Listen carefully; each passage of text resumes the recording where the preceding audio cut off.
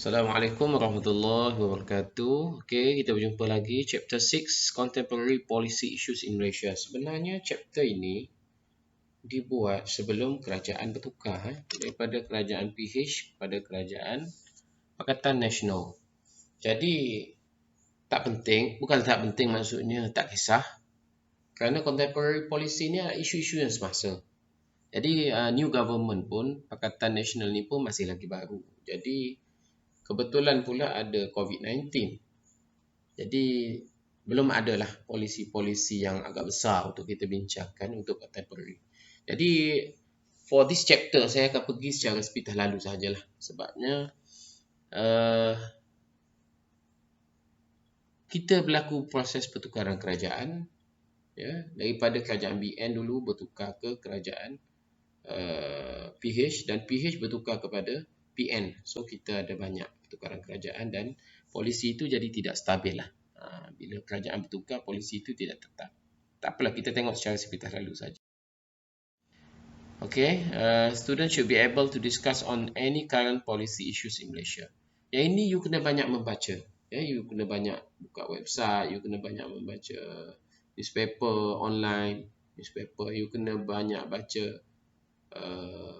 boleh baca sinar harian ke utusan ke terpulang pada you lah, tapi yang online lah, berita harian online ke ataupun you kena banyak membaca yang latest lah, sebab dia current issue. So you kena banyak membaca isu-isu yang latest lah, kalau boleh newspaper online lah.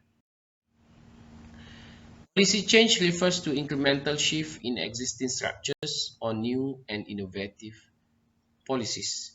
Policy reform is the process of improving the performance of existing system. So perubahan polisi ataupun reformasi itu adalah perubahan daripada yang lalu kepada yang lebih baik lah. Okay. So mari kita tengok apakah current issue pada waktu now dibuatlah.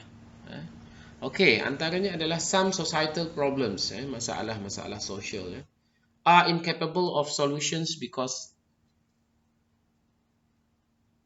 of which they are defined. Kerana kita gagal menemui punca masalah.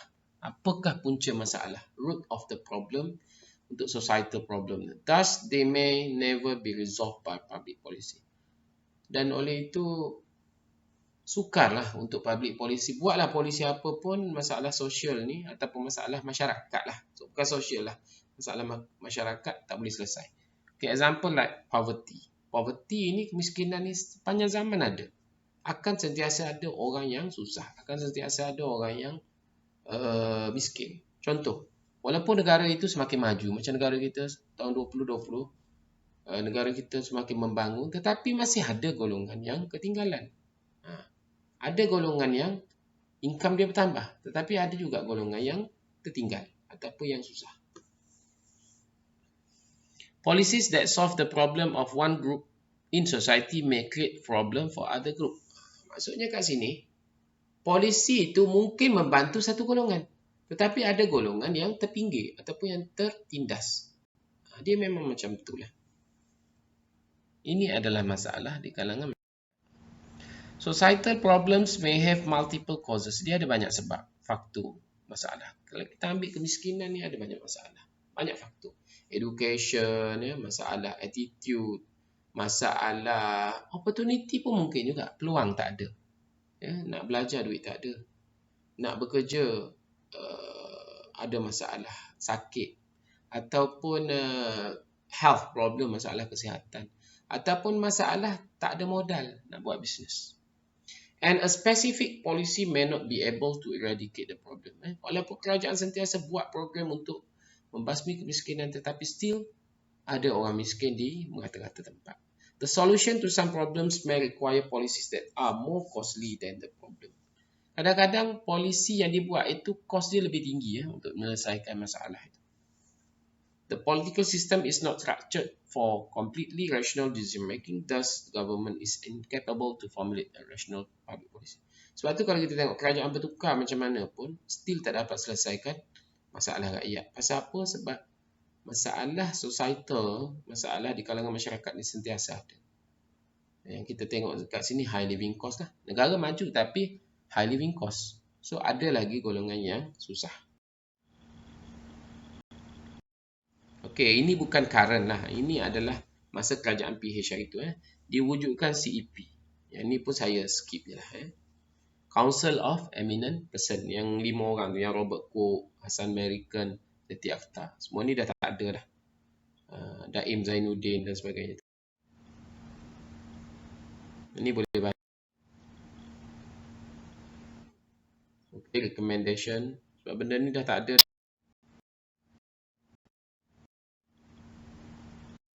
Okay. NEP will be reviewed. New economic policy will be reviewed. Ini Economic Affairs Minister pada masa kerajaan PH ni.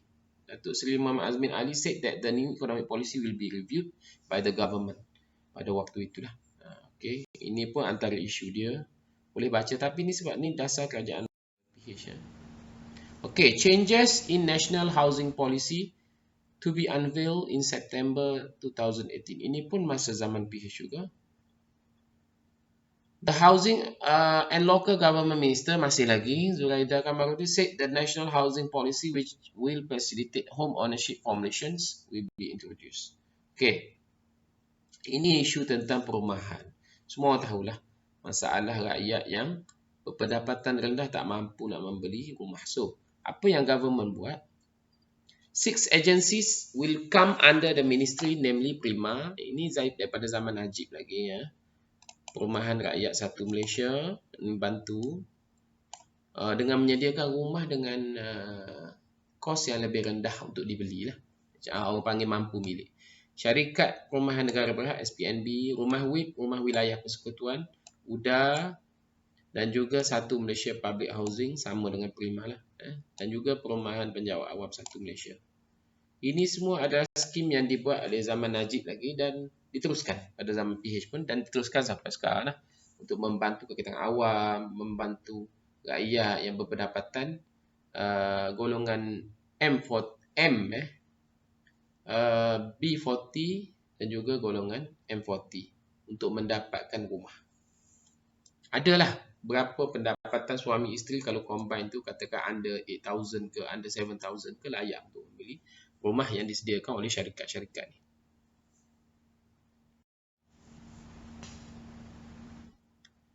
Di Kuching pun ada juga, yang ni pun boleh baca juga.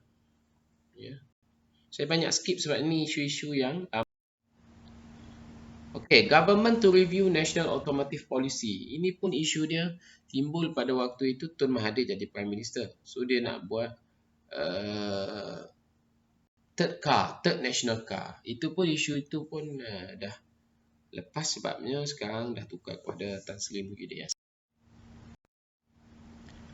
Okay, Committee to Review National Education Policy. Ini dibuat pada waktu Dr. Mazli Malik jadi Menteri Pendidikan. Ini pun isu pada zaman PH. Ini pun boleh baca lah sebabnya sekarang dah bertukar kerajaan ya. Okay, Malaysia's Welfare Policy pada zaman Datuk Seri Dr. Wan Azizah jadi Menteri Pembangunan Wanita. Antaranya diperkenalkan Aisuri dan sebagainya. Malaysia eyes proper policy for foreign workers pada waktu Tun Mahathir jadi PM ni, kerajaan PH. Ini untuk isu pekerja asing lah. Boleh baca juga sebab ini first food EPI to rising NCDs. Apa benda ni? Ni non-communicable diseases.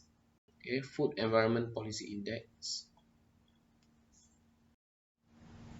Okay, pendek saja chapter ni. Tapi saya nak you all jelas. Dalam chapter ni kita tak terikat dengan nota. Dalam chapter ni kita lebih fokus kepada current issue. So you boleh tengoklah apakah current issue yang related tu mungkin pada zaman PH yang untuk combat corruption dan juga yang latest issue related to PN, Pakatan Nasional, Kerajaan Baru. Terutama tentang COVID-19, how government handle COVID-19 in our country, KKM, macam mana government introduce PKP, sekarang PKPB, macam mana government menutup semua operasi pada zaman awal PKP dulu, operasi perniagaan dan sebagainya. Itu semua benda yang baru yang kita boleh pelajari. Dari sudut health policy, macam mana? Kalau dulu tak ada COVID-19, sekarang ada COVID-19.